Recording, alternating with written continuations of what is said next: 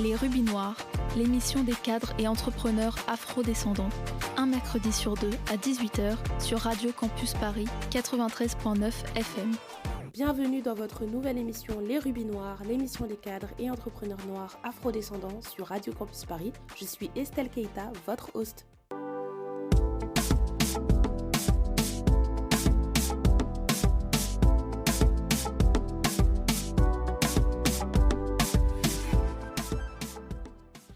Mon rubis noir du jour est une femme engagée dans l'éducation, dans l'apprentissage et l'épanouissement des jeunes. Elle est proviseure de l'école du verre de Paris-Lucas de Néou et autrice de 2 livres. Moi, proviseur, journal impertinent d'une chef d'établissement combative et Je suis noire, mais je ne me plains pas, j'aurais pu être une femme aux éditions Robert Laffont. Bonjour Maï Traoré, je suis très heureuse de vous recevoir dans mon émission.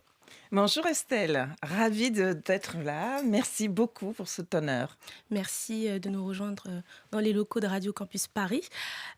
Française d'origine malienne et proviseure, c'est possible. Pourquoi l'avoir inscrit sur la couverture de votre livre ?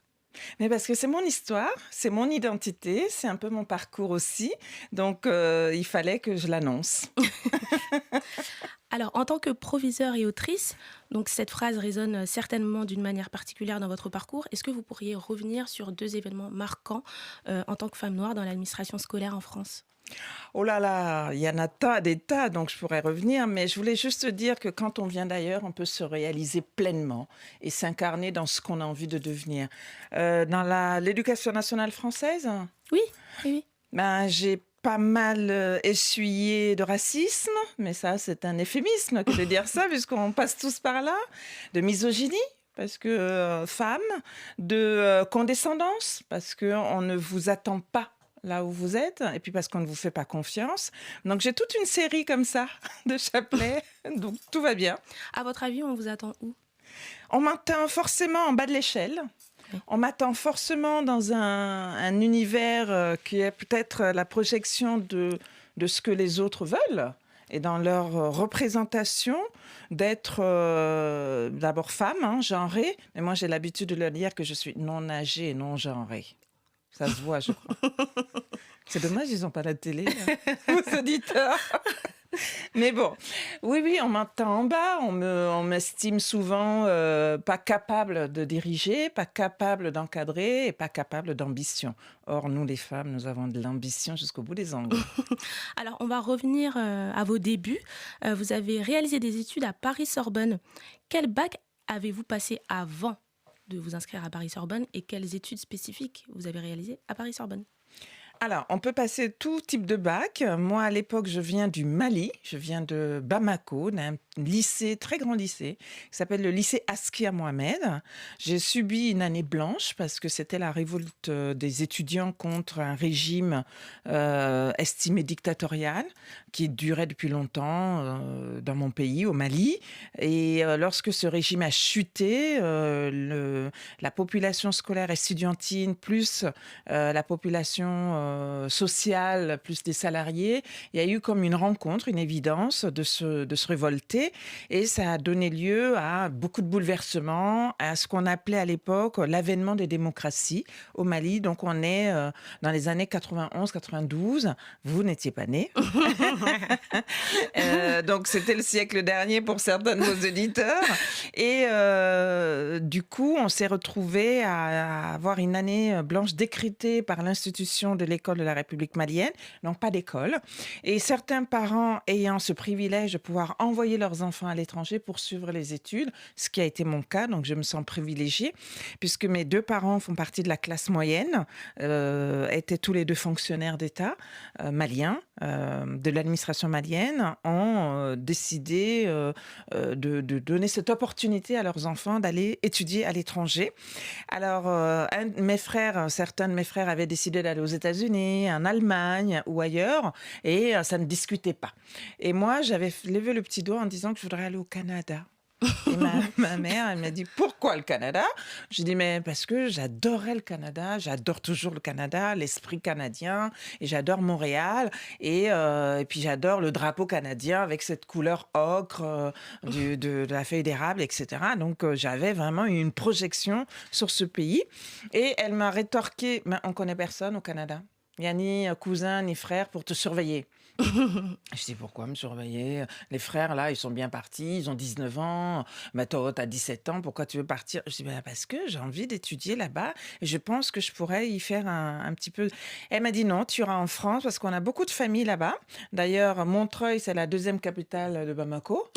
Et tu auras beaucoup de gens de la communauté pour te surveiller. Je suis bon, ben d'accord, donc j'irai à Paris. Me voilà arrivée donc à Paris.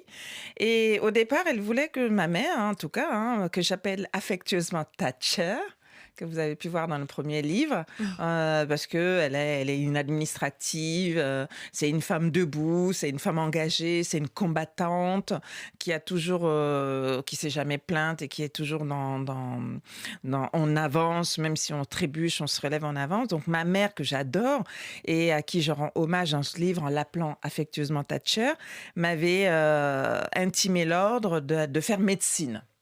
Alors, heureusement que la médecine ne m'a pas eu, parce qu'il y aurait eu beaucoup de tracas, parce que je suis archi nulle en maths et en sciences. Et donc, arrivée en France, comme elle n'était pas derrière mon dos, j'ai changé mon inscription de médecine. Je me suis inscrite en lettres modernes. Ok. Pour apprendre le latin et le grec et apprendre la littérature comparée à la Sorbonne à Paris 4. C'était une licence? Alors d'abord, c'était le DUG, on appelait ça le DUG, donc première année, deuxième année de DUG, ensuite on passait en licence, et ensuite maîtrise, ce qui s'appelle maintenant Master 1, Master 2, dans votre cursus à vous, et puis après on pouvait monter jusqu'à faire le doctorat, etc. Donc moi je me suis arrêtée au Master 2 avec une recherche sur la sociologie et comment les communautés peuvent vivre ensemble, mais j'ai adoré ces périodes d'étudiante.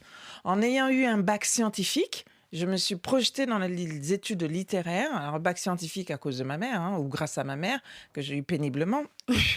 Et par contre, les études littéraires, j'ai adoré parce que j'étais dans mon élément.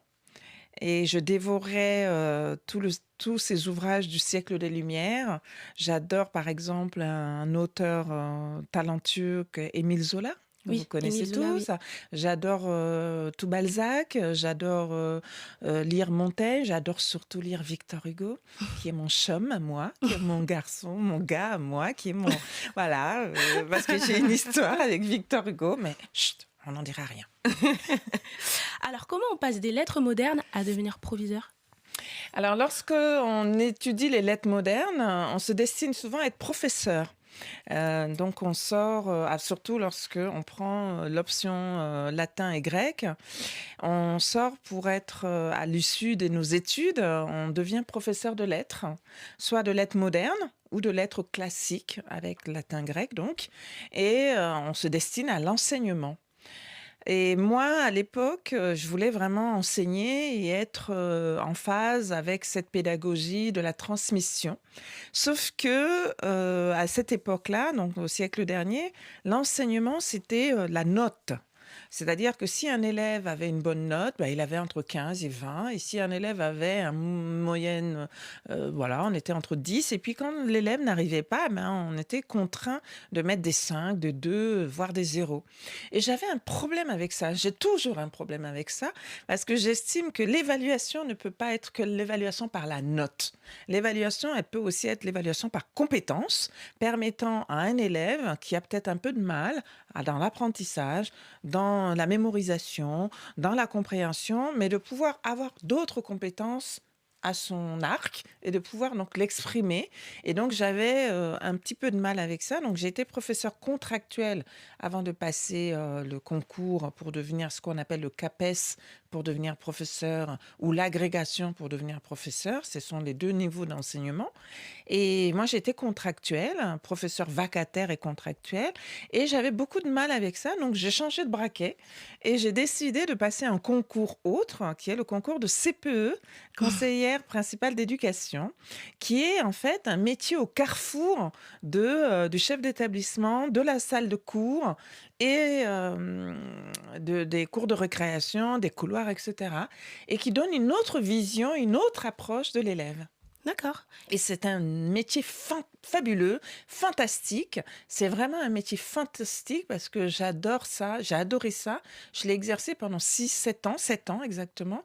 Et j'ai obtenu le concours tout de suite, du premier coup. Donc ça a été vraiment une évidence de pouvoir travailler, d'avoir un bureau avec un accès où il y a marqué CPE, vie scolaire, mon nom, et d'avoir mon blaze là-dessus et de voir les élèves arriver et d'être allez, c'est bon, on va pouvoir faire des choses dont on a envie. Oui. On va le dire à la chef d'établissement, on va le dire aux professeurs, on va le dire aux parents. Mais nous, on va vivre Oui. entre le temps pédagogique et le temps où on n'a pas cours pour pouvoir rayonner, pour vivre. Et ça m'a vachement plu. Et c'est quoi les matières que vous passez pour le concours? Pour le concours de CPE, c'est beaucoup plus de culture générale, beaucoup de sociologie, Ok. beaucoup de sciences de l'éducation. Donc, si vous avez des auditeurs et auditrices qui sont en études des sciences de l'éducation, par exemple, ou peu importe les diplômes, on peut passer le concours de conseiller principal d'éducation, donc devenir CPE. Ok, très bien. Voilà. Est-ce S'il y a des qu'il candidats qui m'appellent. est-ce qu'il y a des grades au-dessus de proviseur? Oui, bien sûr, il y a toujours des grades parce que donc on devient surveillante. Alors moi, mon parcours, j'ai commencé surveillante, professeur vacataire, professeur contractuel. J'ai été également professeur documentaliste. On voit les professeurs qui sont dans les CDI. Oui, oui, oui. Voilà, ce sont des enseignants, mais moi, j'étais pas professeur. Voilà, mais j'adorais le CDI qui est le lieu de vie par excellence dans un établissement scolaire. Allez tous au CDI, investissez vos CDI ou les bibliothèques, les collègues, les élèves. C'est vachement bien. Et ensuite, je suis passée CPE par le concours. Et de CPE, j'ai passé le concours pour être proviseur. Et on devient adjoint d'abord. Et de adjoint, ensuite, quelques années, on passe chef par nomination. Et une fois qu'on est passé chef d'établissement, on pourrait, si on le souhaite, mais c'est le plus beau métier, de toute façon, chef d'établissement, mais on pourrait, si on le souhaite, devenir aussi inspecteur ou inspectrice ou d'ASEN au sein d'une académie pour pouvoir diriger toute une académie, à l'échelle d'une académie. Et puis après d'ASEN, on peut aussi prétendre à être recteur ou rectrice. Et puis, on pourrait éventuellement vouloir avoir des ambitions politiques et être ministre. Mais soyons-en préservés. Voilà. Les temps sont durs. On est très bien proviseur. Je vois pas pourquoi on irait chercher ailleurs.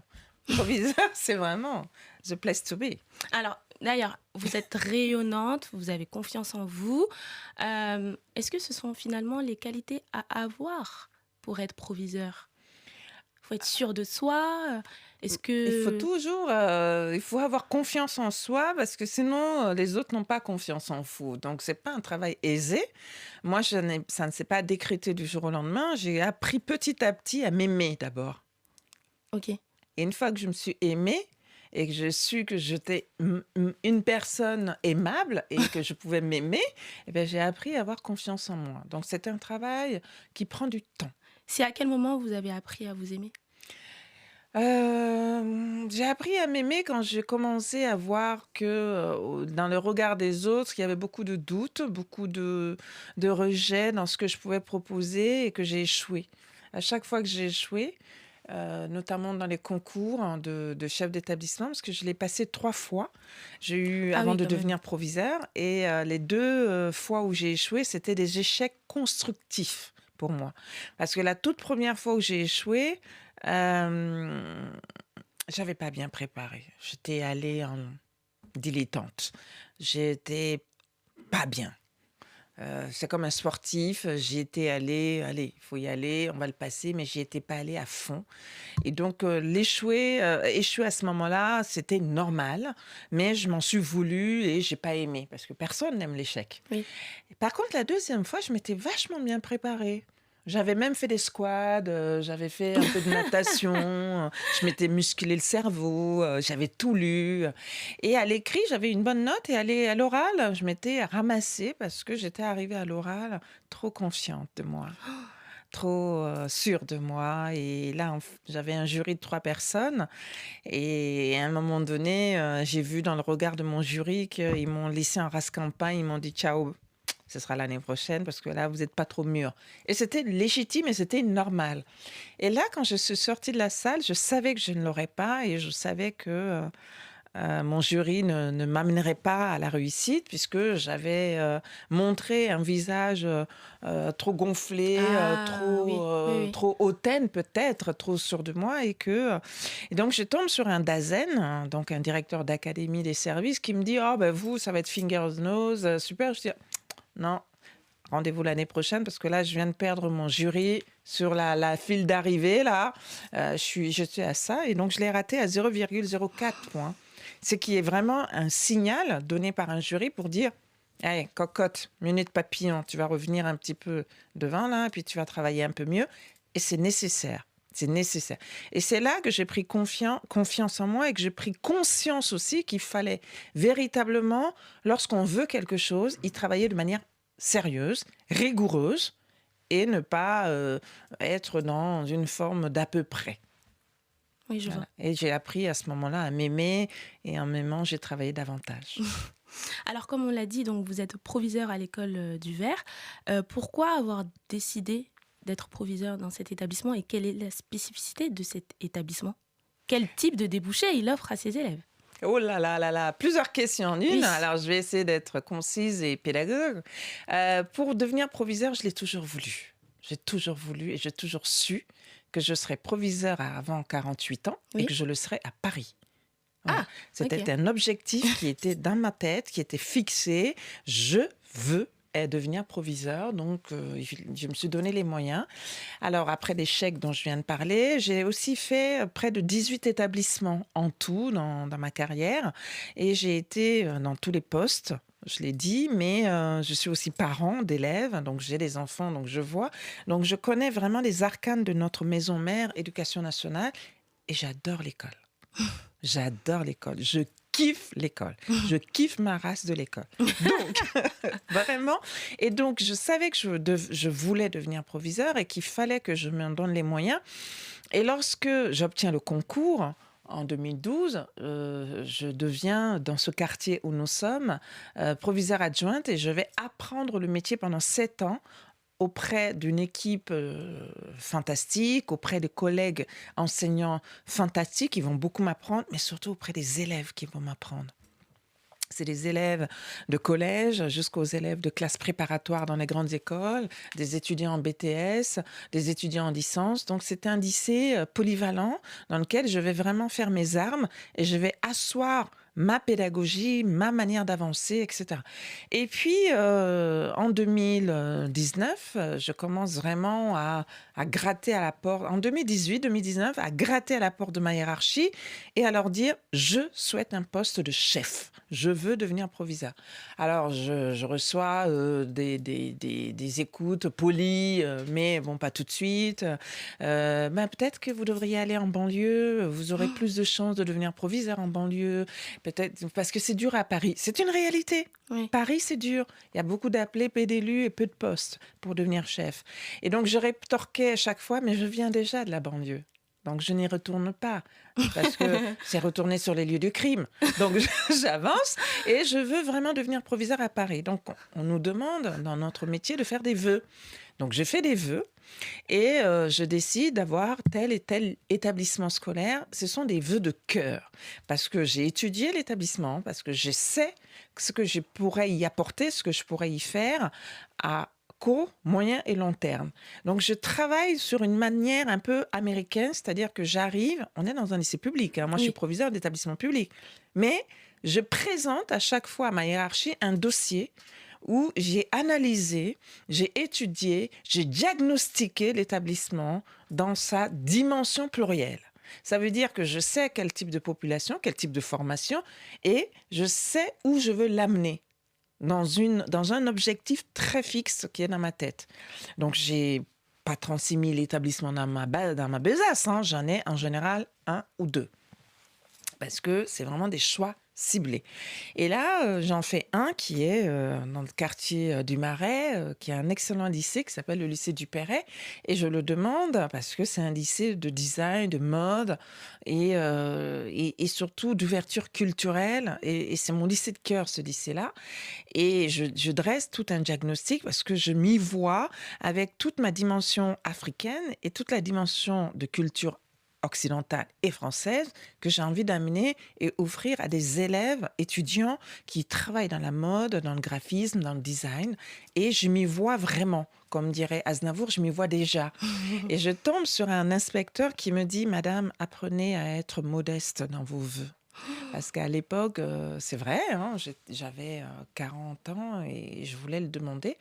Et il m'explique que ce sont des lycées de fin de carrière, parce que ce sont des grands lycées parisiens. Oui. Ce qui est légitime, il a raison.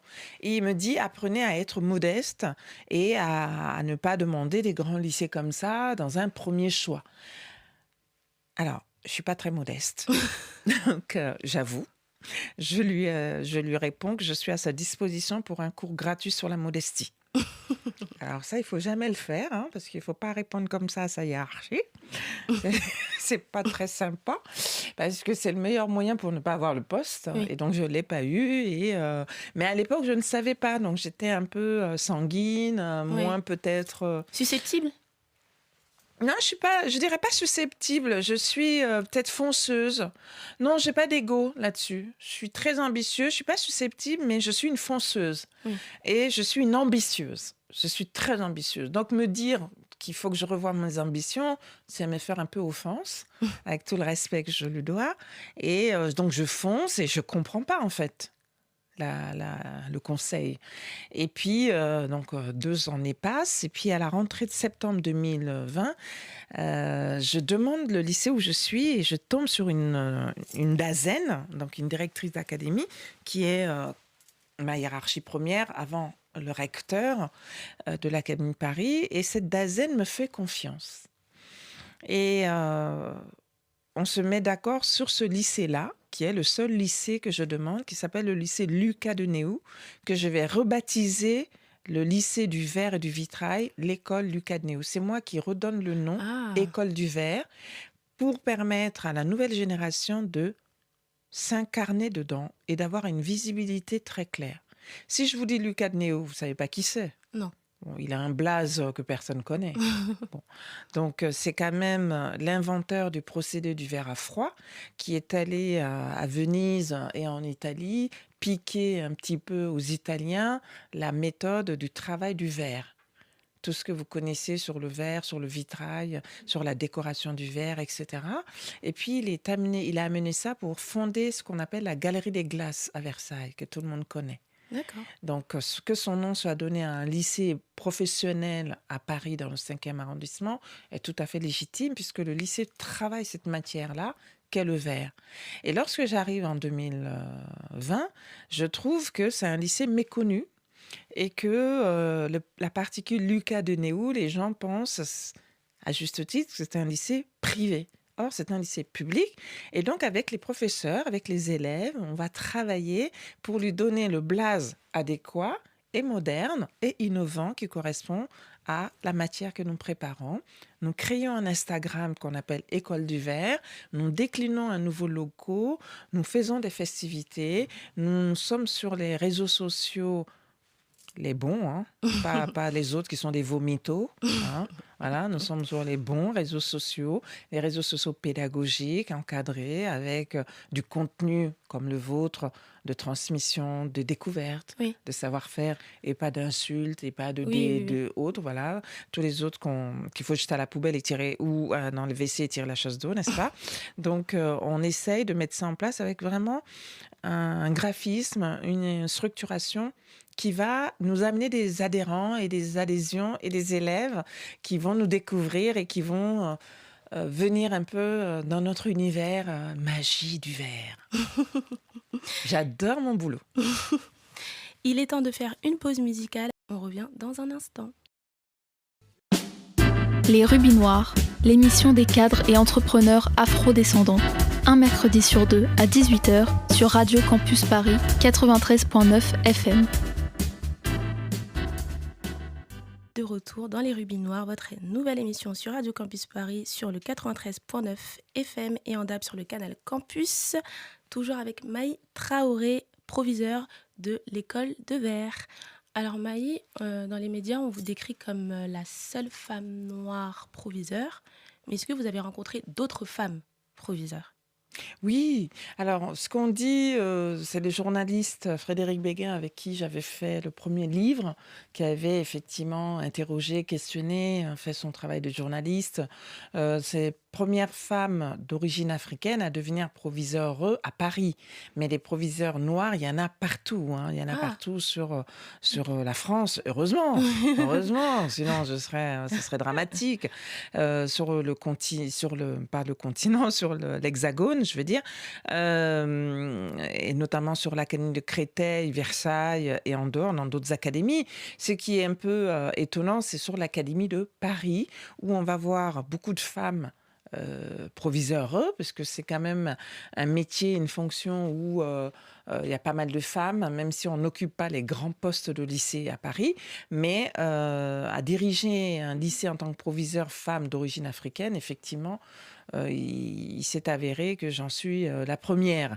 Mais il faut ouvrir la voie et j'espère ne pas être la dernière et qu'il y en aurait d'autres. Parce qu'on voit des hommes proviseurs noirs à Paris, mais femmes, c'était encore... voilà, Rare. pas fait. Oui, rare, et il faut que cela change d'ailleurs.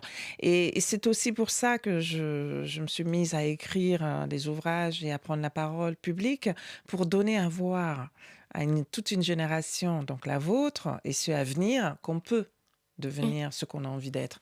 Moi, j'ai toujours voulu être proviseur. J'ai toujours voulu ce métier-là parce que d'abord, c'est un métier que j'adore, que j'affectionne, parce que c'est un métier où je veux être celle qui décide pour être celle qui agit. Oui. Donc, ce n'est pas avoir le pouvoir pour le pouvoir, c'est quand même une position où on décide. Oui. Et on n'a pas peur de décider et avoir cette ambition de décider pour le bien de ses élèves, pour le bien de son établissement scolaire et avoir une vision très claire, ça a toujours été mon credo. Dans l'une de vos interviews, vous avez évoqué le fait que votre mère vous a enseigné une discipline de faire. Est-ce que finalement c'est elle qui vous a motivé à faire des études ou c'est naturel pour vous ? L'importance des études. Alors, d'abord, la remercier de m'avoir inscrite à l'école et de ne s'y être pas opposée. Parce que je rappelle quand même qu'en Afrique, il y a que entre 40 et 45% des jeunes filles qui sont scolarisées sur le continent africain.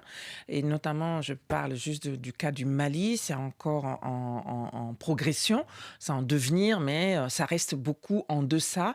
Avoir toute une population où moins de 50% de l'autre côté genré, donc les femmes ne vont pas à l'école, c'est toute une nation qui s'ampute de toute une partie forte de son énergie et donc de sa population. Donc d'abord remercier ma mère de m'avoir inscrite à l'école, mais elle était dans une époque où lorsqu'on avait fait un peu d'études et qu'on était arrivé à un niveau où on peut lire, écrire, ça suffisait bien, il fallait travailler. Et la discipline qu'elle m'a inculquée, c'est de ne jamais renoncer. Et là-dessus, je me suis auto-formée avec aussi toutes les bonnes rencontres que j'ai eues. Oui. Et les bonnes rencontres, c'est des rencontres ici, en France, d'exemples de femmes fortes. Et dans mes lectures aussi, c'est à travers mes livres que je me suis aussi forgé une conviction et une force colossale. Parce qu'à chaque fois que je lis un livre, que ce soit un récit, un roman ou quelque chose historique, eh bien, j'ai une fâcheuse tendance à me mettre à la place du héros ou de l'héroïne. Alors, si lui ou elle a réussi à devenir ou à surmonter des difficultés, souvent à s'en sortir, eh bien moi qui suis maintenant là, vivante, ben je peux aussi dépasser ces obstacles, mes propres obstacles, c'est-à-dire dans le psyché, de dire tu es femme, c'est bon, n'en fais pas trop, reste à ta place, tu déranges. Oui. Eh bien non, je suis femme et j'ai envie d'être ce que j'ai envie, donc je vais me donner les moyens. Encore une fois, je n'ai pas de copine qui s'appelle la facilité, Oui. j'ai une copine qui s'appelle rigueur, confiance en soi, et on bosse, on bosse, on bosse. Donc ma mère là-dessus, elle a été Thatcher, très rigoureuse, mais l'encouragement dans les études, ça a vraiment été grâce à des rencontres, grâce à des livres, grâce à des professeurs aussi. Moi, j'ai un immense respect pour les enseignants. J'ai un immense respect pour les enseignants parce que ils nous donnent à voir qu'on peut, et puis on a tous dans nos mémoires un maître, une maîtresse, une directrice qui vous a donné envie d'avancer et de vous construire. Bon, il y a eu d'autres qui vous ont empêché, mais ceux-là, ils jouent en 2e division. On les oublie. On avance avec ceux qui sont bons, non? Qu'est-ce que vous en pensez? Oui, vous avez raison. Justement, est-ce que vous pensez que c'est possible de pouvoir réussir sans faire d'études à l'ère du numérique? Parce qu'on entend beaucoup de discours comme ça sur les réseaux sociaux. On peut s'en sortir sans faire des études, finalement. Personnellement, j'y On peut crois pas. s'enrichir, on peut... Alors, personnellement, j'y crois pas. On peut réussir sans faire d'études, mais c'est très rare. On est rattrapé à un moment donné dans sa vie. D'accord. Moi, j'estime que l'école, c'est le lieu des possibles et le lieu de l'apprentissage. Le système scolaire français a quand même des belles choses qui présentent. Il y a des inégalités très, très fortes sur le territoire. Il ne faut pas le nier. Sur Paris, on a beaucoup d'avantages par rapport, par exemple, ne serait-ce qu'à la banlieue à côté ou encore dans d'autres territoires en province. Mais il ne faut pas dire qu'on peut réussir sans faire d'études. Les études, c'est quelque chose qui vous ouvre des voies, des perspectives. C'est très rare. Et cette rareté, ça fait partie du quotidien. C'est-à-dire que, oui, il y a quelques pourcentages infimes de personnes qui vont réussir sans faire d'études, mais qui vont travailler d'arrache-pied sur d'autres choses. Oui. Là, par exemple, me vient en tête le cas des influenceuses ou influenceurs. J'en peux plus, ça m'érisse le poil. Ils s'influencent qu'eux-mêmes d'abord, qu'ils arrêtent un petit peu de boucher la vue là, à tout le monde en disant que c'est facile. Ce n'est pas facile. J'aimerais les inviter à dire à la jeunesse la somme de travail qu'ils endossent avant d'arriver devant les écrans. Ils bossent comme des fous pour faire 3 à 4 minutes de posts où ils vont aller montrer « Ah, je suis beau, j'ai le dernier sac machin », mais ils ont fait un boulot quand même avant. Ils ont démarché, ils ont fait des recherches, Mais à quel moment ils le montrent ça, ce backstage-là? À quel moment ils le montrent à la jeunesse? Ce qu'ils montrent, c'est du vernis qui fait peut-être plaisir et qui est entouré de comment ils appellent ça, de filtres. Oui. Voilà. Après, ils disent Dubaï, machin, je sais pas quoi. Non, mais c'est du pipeau. Déjà, qui bossent et qui montrent le vrai boulot. Des fois, je leur en veux parce que j'estime qu'ils ne font pas acte de pédagogie et d'éveil et de dire à une certaine jeunesse, attention, moi, pour arriver à faire ça, je me suis levée peut-être à 6 heures, j'ai travaillé toute une semaine pour vous donner 5 minutes. Voilà. Il faudrait qu'ils arrivent à le dire. Oui. Mais ils ne le disent pas, donc ils mentent. Et en mentant, ils font du tort. Donc cela, next. Donc oui, l'école, encore et toujours l'école. Réussir sans étudier, j'y crois pas. Les Rubis Noirs, l'émission des cadres et entrepreneurs afro-descendants. Un mercredi sur 2 à 18h sur Radio Campus Paris 93.9 FM.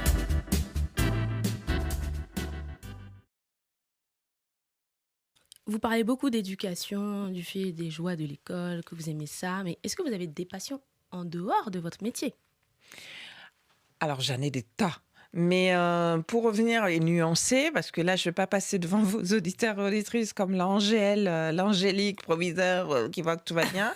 J'ai deux pieds ancrés, les 2 mains dans la terre, parce que je rappelle que je suis née au Mali, en Afrique, sur un continent extrêmement difficile, avec énormément de difficultés, mais aussi énormément de richesses, avec une jeunesse qui a une énergie folle et bonne, et qui va pouvoir s'en sortir, je le crois, fermement. Donc, je suis née là-bas, j'ai de la latérite sous mes semelles, parce que je suis née à Bamako, et je suis consciente des difficultés de l'école. Je suis absolument consciente des difficultés que certains élèves et certains étudiants rencontrent. Je suis absolument consciente de la violence institutionnelle que l'école peut mener chez certains élèves ou étudiants en les brisant parce que par la note, j'en parlais tout à l'heure, lorsqu'on se ramasse vraiment que des mauvaises notes, eh bien on n'a pas cette confiance en soi, on n'avance pas parce qu'on se dit en fait je suis pas bien, donc on manque d'estime de soi. Et l'école se doit d'avoir une forme de bienveillance, mais attention, une bienveillance rigoureuse, toujours. Dire une bienveillance, je te caresse par le dos et je te dis mon pauvre chéri, c'est pas grave. Ben non, c'est encourager à une forme de paresse, une fainéantise que moi je n'aime pas. Je préfère qu'on t'accompagne et qu'on t'apprenne à pêcher, qu'on t'apprenne à monter un arbre, qu'on t'apprenne à avancer par toi-même, en trébuchant, en ayant des échecs. Je l'ai dit tout à l'heure, l'échec se doit d'être constructif. Mais lorsque vous avez souvent au sein de notre école, notre belle école française, notre école républicaine et laïque, quelques soucis, quelques difficultés, quelques malveillances, quelques difficultés, il faut aussi les dénoncer, il faut aussi les dire. Donc, je ne veux pas passer pour l'Angèle, que je ne suis pas, même si je suis assise à côté d'une Estelle. Je souhaite quand même que ceux qui sont dans cette forme de douleur se disent qu'il y a de l'espoir, puisque j'en suis la preuve vivante qu'on peut y arriver. Donc, oui, j'ai des passions. Moi, je suis nageuse d'abord. Voilà, je nage beaucoup. D'où les épaules carrées que vous voyez. Les épaules de déménageuse, on dit. Moi, j'ai fait du handball. Ah ben voilà. Donc le sport, moi je nage beaucoup. Ensuite, je lis beaucoup. J'écris à chaque fois que j'ai un projet ou quelque chose. Mais c'est écrire quoi? Vous l'avez sans doute vu sur mon LinkedIn. C'est des petits récits de textes de vie de la société. Par exemple, pour dire à la rentrée aux élèves, ne pleurez pas. On voit les parents qui traînent la main des petits pour l'amener à l'école. Là, on est en septembre, c'est encore la rentrée. On voit tout le monde sur son 31. Donc j'aime bien incarner ça et dire ça. Et j'aime bien aussi dédramatiser au niveau de certains professeurs qui ont la boule au ventre parce que c'est comme une entrée en scène à chaque fois. Et il y en a, les élèves sont stressés, les étudiants sont stressés, mais les professeurs sont morts de trouille. Certains. Vraiment ? Oui, faut pas croire. Donc, on est tous ensemble parce qu'il faut comprendre qu'on se découvre. On accueille chaque année, un enseignant accueille chaque année une nouvelle classe. Donc, il faut que la mayonnaise prenne, il faut que ça matche, comme on dit. Oui, moi, je connais beaucoup d'enseignants qui, souvent, la veille de la rentrée, ne dorment pas.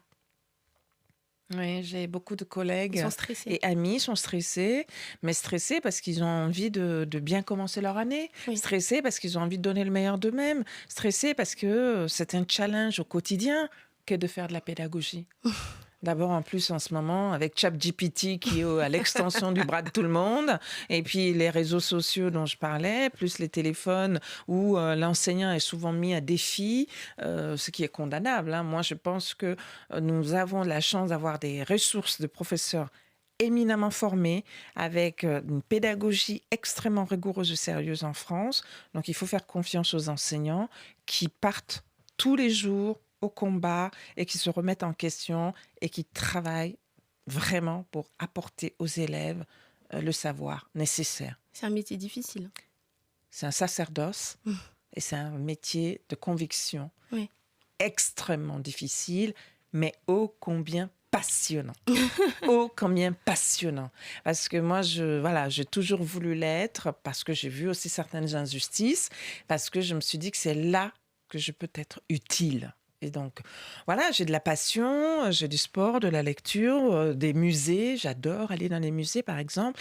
Je fais aussi des rentrées scolaires de mes élèves et de mes professeurs dans les musées pour désacraliser, ne pas être que dans l'école où on rentre. Je déménage les salles de classe tous les jours, avec l'aide des collègues, bien sûr. Pourquoi être dans le rang, là, tout le temps ?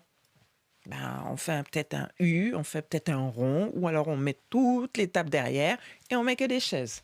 Allez, on y va. On peut parler? Bon, rien ne nous interdit de demander à une mairie d'aller faire un cours dans un grand local. Et j'ai beaucoup de chance de pouvoir collaborer et travailler de manière étroite et de confiance avec la maire du 5e, l'excellente Florence Berthoud, qui depuis 5 ans m'ouvre les portes de la mairie du 5e. Et nous travaillons dans une relation très fluide, où on remet les diplômes, où on fait la fête de la laïcité, si on veut, le 9 décembre, ou en Sorbonne, où nous faisons également le 8 mars, pour fêter dignement les femmes. Journée internationale des droits des femmes, je rappelle. Donc, une journée ne suffit pas, c'est tous les jours, n'est-ce pas? Et nous allons également amener des événements que nous souhaitions faire, exposer par exemple les femmes dans les métiers d'art, travailler toujours dans notre domaine de compétences avec le fil rouge sur le verre, sur le matériau vert, faire en sorte que les femmes pionnières dans leur domaine, dans leur créativité, puissent exposer, s'exprimer.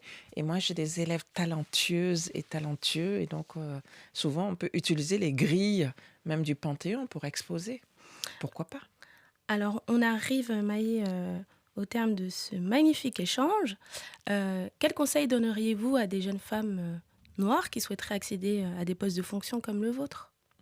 Alors, j'aime pas le terme conseil parce que ça fait donneuse de leçons, mais je pense très sincèrement que chacune et chacun se doit de se réaliser dans ce qu'ils ont envie de faire. N'écoutez jamais personne, même pas souvent vos parents, quand ils vous disent que vous n'y arriverez pas ou que ce que vous êtes en train de faire n'a aucun sens et que vous êtes en train de perdre du temps, etc. Croyez en vous, croyez en votre énergie, croyez en vos talents, doutez, retombez, mais avancez et ne vous laissez pas intimider par l'autre. Et souvent, on se laisse intimider parce qu'on fait plus confiance à la parole de l'autre qu'à soi. Et ça, c'est dramatique parce que du coup, on s'oublie. Et on se dit, bon, puisqu'il me l'a dit, et en plus, il a une certaine expertise, et en plus, il est dans le domaine que je vise. Lui, il me dit que j'y serai pas, il me dit que j'y arriverai pas. Il a sans doute raison. Eh bien, il a aussi sans doute tort. Donc, faites-vous confiance, et j'adore employer un mot, c'est autorisez-vous. Oui, moi j'ai eu Autorisez-vous. J'ai eu confiance, c'est pour ça que j'ai lancé ce magnifique podcast. Bravo, je vous félicite. Vous avez eu tellement confiance que nous en sommes là aujourd'hui à nous parler avec sourire et avec des étoiles dans les yeux, des étincelles. Mettez des pépites, des paillettes dans vos vies, dans vos yeux et avancez. Mais n'écoutez que vous, que vos cœurs. Écoutez-les gentiment, soyez polis, d'accord, mais à un moment donné, il y a une petite voix en fait à l'intérieur de chacun de nous. Écoutez votre petite voix. Et si vous avez tort, vous avez tort. Et si vous avez échoué, vous avez échoué. Et puis, après, on recommence. Vous recommencez. Mais si la petite voix vous dit d'y aller, foncez. Assurez-vous de ne pas vous mettre en danger. Aimez-vous. Aimez-vous. C'est plus important. Un grand merci à vous, Maï Traoré, pour cet échange enrichissant et à Delila pour la réalisation de l'émission. Je suis Estelle Keita et vous pouvez suivre l'actualité sur Instagram et TikTok @lesrubisnoirs. Merci de nous avoir écoutés. On se retrouve très bientôt. À la prochaine.